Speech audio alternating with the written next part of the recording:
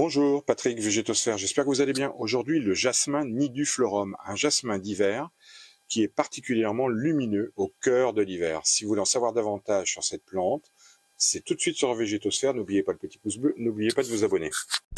Shall we begin?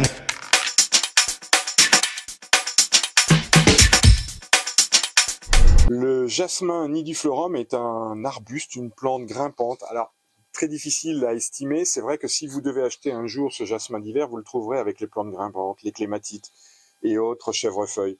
Pour autant, quand vous la disposez dans un jardin, il est très difficile de la considérer comme une plante grimpante, étant donné qu'elle n'a pas cette capacité à s'enrouler. C'est une plante qui a un port très particulier, pas véritablement grimpant, pas véritablement une plante arbustive, un port lâche, avec des branches semi-rigides, ce qui fait que c'est vraiment sa particularité. Idéalement, la faire grimper en l'attachant, c'est possible, sur une palissade, sur un mur.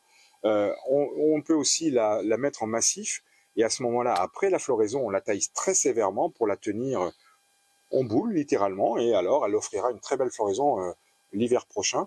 Idéalement, c'est comme elle est ici présentée, à savoir plantée en haut d'un mur et elle dégringole. C'est franchement ce qui est le plus simple. On se prend pas la tête et c'est du plus bel effet au milieu de l'hiver. C'est un moyen d'habiller un mur, mais alors en plantant en haut, bien évidemment. Le jasmin nidiflorum fait partie de la famille des Oléacées. Il tient jusqu'à des températures extrêmes de moins 25 à moins 30, donc il est particulièrement rustique. Il est originaire de Chine continentale.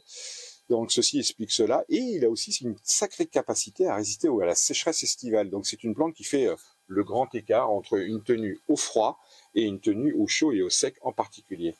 La végétation du jasmin nidiflorum nous perturbe un petit peu. Donc la floraison, elle est hivernale, vous l'avez bien compris, janvier, février, mars, peut-être pour ceux qui habitent en altitude.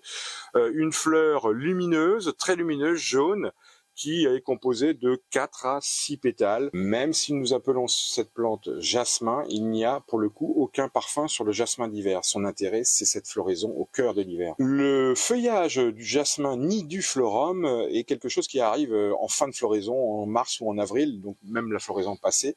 Pour autant, on a l'impression qu'il porte des feuilles tout au long de l'année parce que les branches sont majoritairement vertes, à part au début, au niveau du pied, on constatera des couleurs brunes, ce qui matérialise la présence de lignine. Donc ça, c'est en particulier sur des sujets un peu plus âgés. Mais majoritairement, le sujet, le jasmin, est vert. Et on pense qu'il a ses feuilles. Les feuilles arrivent au mois d'avril. Au niveau de l'histoire, de l'étymologie, de sa symbolique, alors le jasmin, comme son nom le laisse présager, c'est une origine arabe ou perse, avec Yasmina ou Yazama, qui désignait jasmin. Pour l'espèce niduflorum, nidu pour nu, et florum pour fleur, on est donc en présence de fleurs sur une branche nue, évidemment, il n'y a pas de feuilles. Le jasmin est un arbuste que l'on peut planter en septembre, en octobre, en novembre.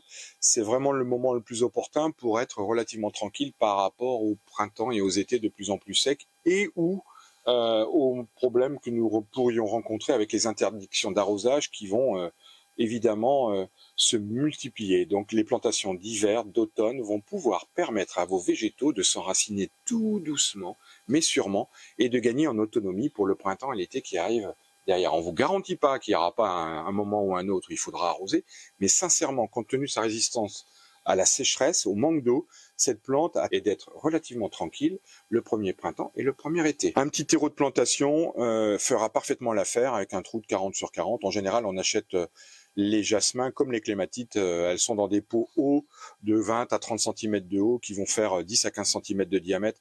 Donc on fait bien le trou de plantation, on amende avec un bon terreau de plantation qu'on mélange à la terre de jardin et ça doit aller tout à fait naturellement. On arrose abondamment à la plantation, même si vous pensez que c'est pas le moment parce que la terre est détrempée, c'est tout simplement pour éliminer les poches d'air. La culture en pot est tout à fait possible.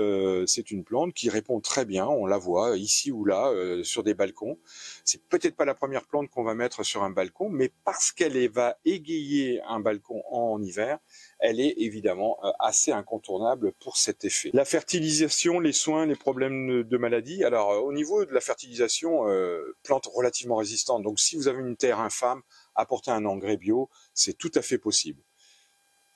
Au niveau des maladies, des parasites, compte tenu du moment où elle va fleurir, rares sont les parasites à pouvoir sévir. En hiver, en général, il n'y a rien du tout.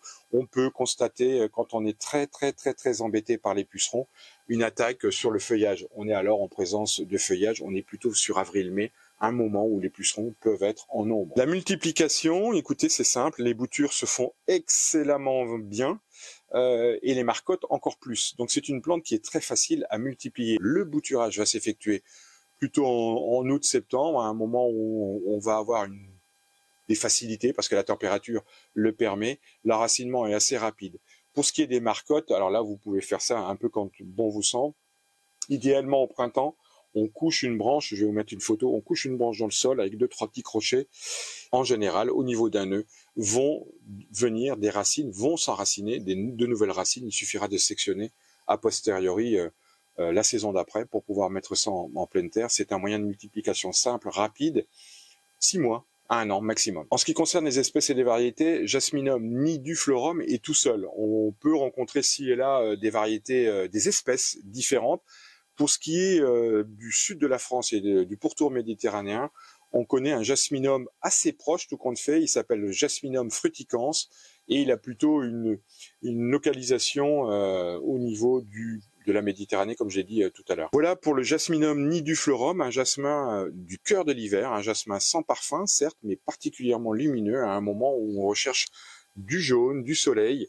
Je pense que celui-ci fait parfaitement l'affaire. Je vous dis à très bientôt sur Végétosphère. N'oubliez pas le petit pouce bleu, n'oubliez pas de vous abonner. Au revoir, prenez soin de vous. Shall we begin?